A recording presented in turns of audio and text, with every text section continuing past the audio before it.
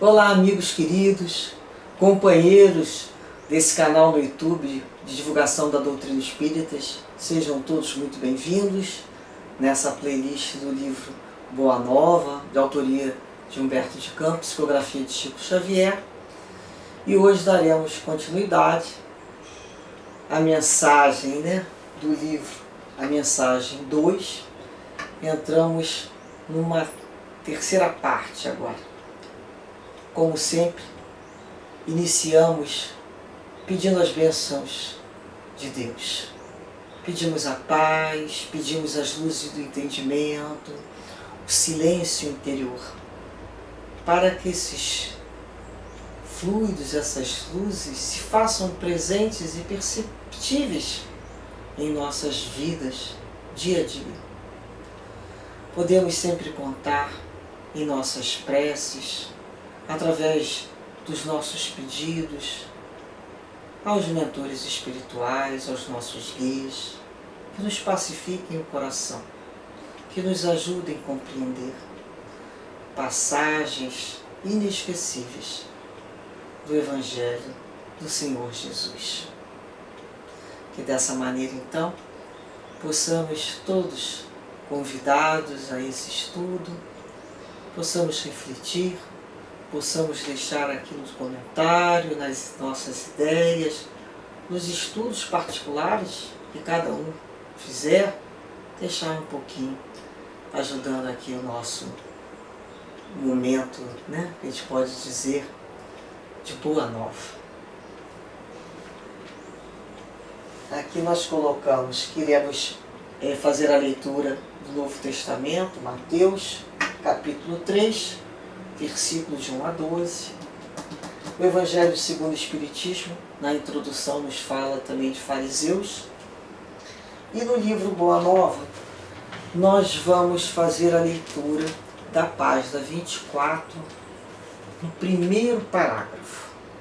Nós iremos ler esse primeiro parágrafo, que nos diz assim: transcorrido alguns anos, vamos encontrar o Batista na sua gloriosa tarefa de preparação do caminho à verdade, precedendo o trabalho divino do amor de Jesus, que o mundo conheceria em Jesus Cristo. Então, Humberto de Campos já nos coloca que alguns anos a gente já vai perceber no Evangelho, João, na sua tarefa de preparação do caminho com a verdade.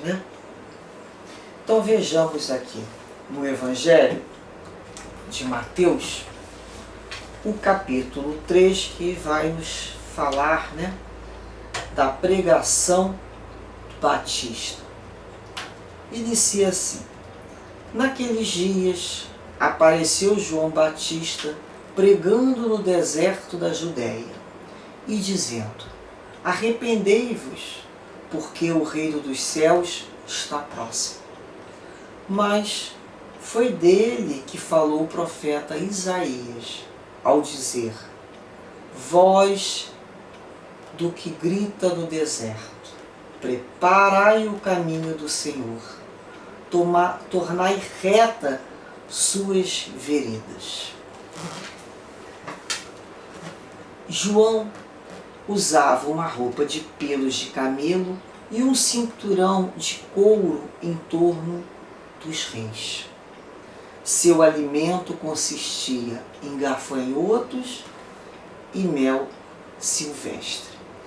Então, quando a gente fala aqui dessa descrição do arauto, daquele que é emissário, daquele que é o porta-voz, nos descreve utilizando a pele de camelo, que constitui de duas peças principais: a túnica e o manto.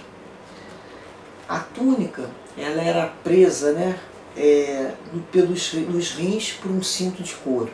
Então a gente já sabe disso aqui, mas fazendo essa imagem desse João como aquele que vai defender uma ideia, aquele que é o emissário do que ele comia. Então viera a até ele Jerusalém, toda a Judéia e toda a região vizinha ao Jordão. E eram batizados por ele no rio Jordão, confessando os pecados. Como visse muitos fariseus e saduceus que vinham ao batismo, disse-lhes: raça de víboras, quem vos ensinou a fugir da ira que está para vir? Produzi então fruto digno de arrependimento, e não penseis que basta dizer: temos por pai Abraão, pois eu vos digo que mesmo destas pedras Deus pode suscitar filhos a Abraão. Então, quando ele nos fala aqui de fariseus e saduceus,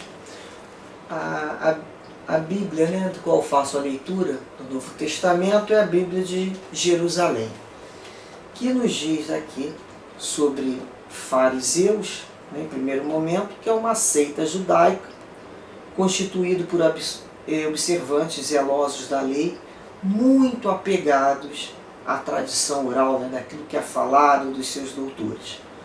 E eles são casuísticos, né, eles criam questões legais da lei, né, sobre isso. Eles são muito cheios de afetação, né, de acesso. A liberdade de Jesus no que diz respeito à lei e a sua convivência com os pecadores não podia deixar de despertar, né, entre eles a oposição, de que os evangelhos, sobretudo Mateus, demonstram esses vestígios constantemente. Jesus despertava neles essa oposição. Já os saduceus era a contraposição dos fariseus. Eles rejeitavam toda a tradição, exceto a lei escrita. Eles eram menos piedosos do que aqueles e mais preocupados com a política. Recrutavam-se principalmente dentro das grandes famílias sacerdotais.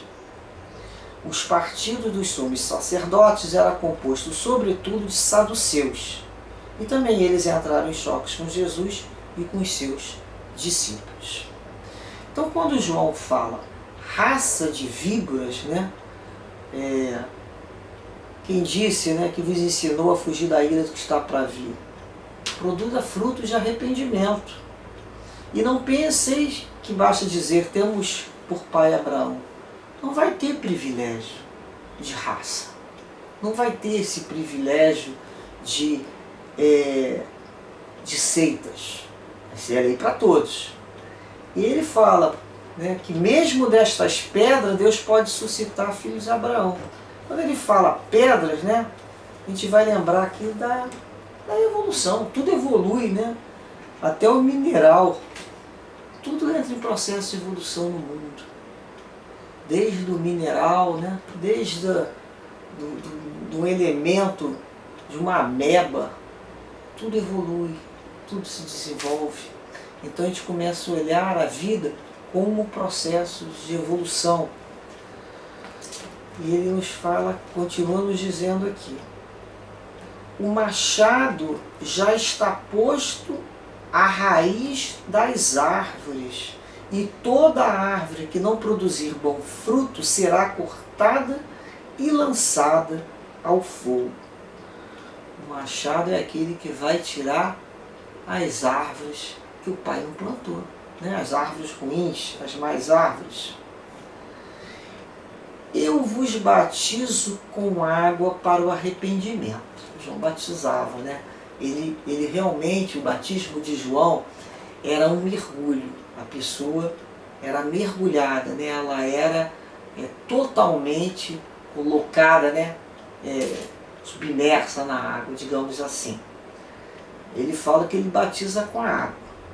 Mas aquele que vem depois de mim é mais forte do que eu. Quem que vem depois dele, né? Que ele está preparando o caminho. De fato, eu não sou digno nem ao menos de tirar-lhe as sandálias. Ele não se sentia digno, né? Nem de desatar as correias das sandálias do Cristo. Reparemos aí a humildade, não a falsa modéstia. Ele sabia quem ele era, sim. João Batista sabia, sabe? Reconhecia como espírito evoluído que era. Mas, em comparação com o Cristo, ele sabia se colocar no lugar dele. Não era digno nem de desatar as correias da sandália. Isso é humildade. Não é aquela ideia em que a criatura o tempo todo fica se colocando. Quem sou eu? Isso é falsa modéstia. Às vezes no coração ela acha que ela é o máximo. O humilde realmente é um processo de conquista, humildade. Ele sabe quem ele é. Diante de fulano eu tenho mais condições. Mas, quando me coloco diante daquele, que vai vir depois de mim, eu, que é muito mais forte, não sou digno nem de tirar as sandálias dele. Então isso é humildade. Ele sabe se localizar. Ele não coloca naquela situação de coitadinho, de criatura que não significa nada, de maneira nenhuma. Tem um processo que é conquistado de saber se localizar. E aqui ele diz: ele vos batizará com o Espírito Santo e com fogo. João Batista está batizando com a água. Vem Jesus que vai batizar com o Espírito Santo e com fogo. Olha essa imagem aqui. A pá está na sua mão.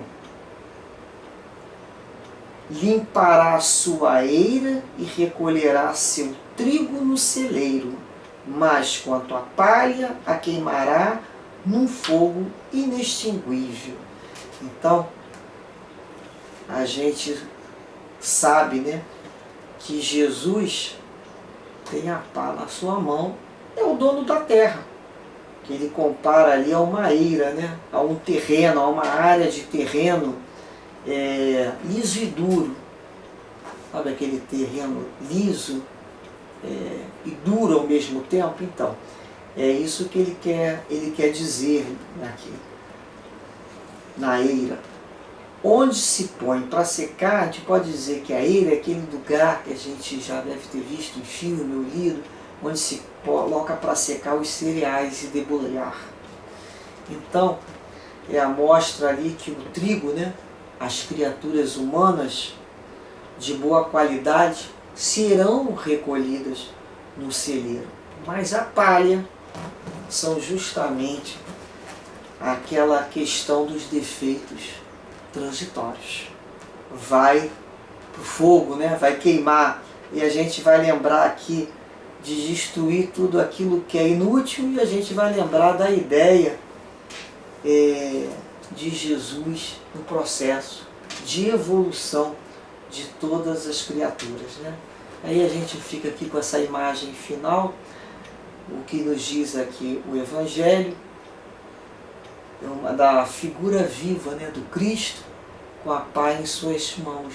É o olheiro divino que vai recolher os maduros e os imaturos no fogo das novas reencarnações. Então, a pá está na sua mão, limpará a sua eira e recolherá seu trigo no celeiro. Mas, quanto à palha, queimará no fogo inextinguível. Então a gente vai lembrar das instruções necessárias para renascimentos. Então é essa a ideia de Jesus como esse olheiro benfeitor e divino em nossas vidas, nos recolhendo a todos nas reencarnações. O sol vem para todos, para os justos e para os injustos. Jesus é justamente o divino amigo de todos nós, e que, junto à misericórdia divina do Pai, nos propicia sempre uma nova oportunidade de recomeçar. Então, já recomeçamos, já estamos na vida, mas iremos recomeçar sempre. Daqui amanhã, daqui a 1 hora, 1 minuto, 1 segundo. Estamos sempre recomeçando. E agora é sempre a oportunidade de nos colocarmos em profundas reflexões e pensarmos: Senhor, nós já somos capazes de mudar para melhor. Nós já somos, Senhor, criatura que Tu nos prometeste o amparo, o cuidado, o alívio das dores, mas precisamos, Senhor, pelo esforço próprio, fazer a nossa parte, vencer a cada dia as nossas infantilidades, imaturidades espirituais, para que possamos crescer na mente e espiritualmente. Que Deus possa a todos nós conceder a bênção de mais um momento na vida. Que Jesus nos ilumine e nos ampare com as suas promessas, com as suas palavras, e que possamos lembrar de João Batista, esse arauto, já avisando que não ia ter privilégios, porque o que se tem é o arrependimento, é colocar em prática, e ele nos dizendo, ele é a voz que grita do deserto, ele vivia nos desertos: preparai o caminho do Senhor, tornai reta suas veredas.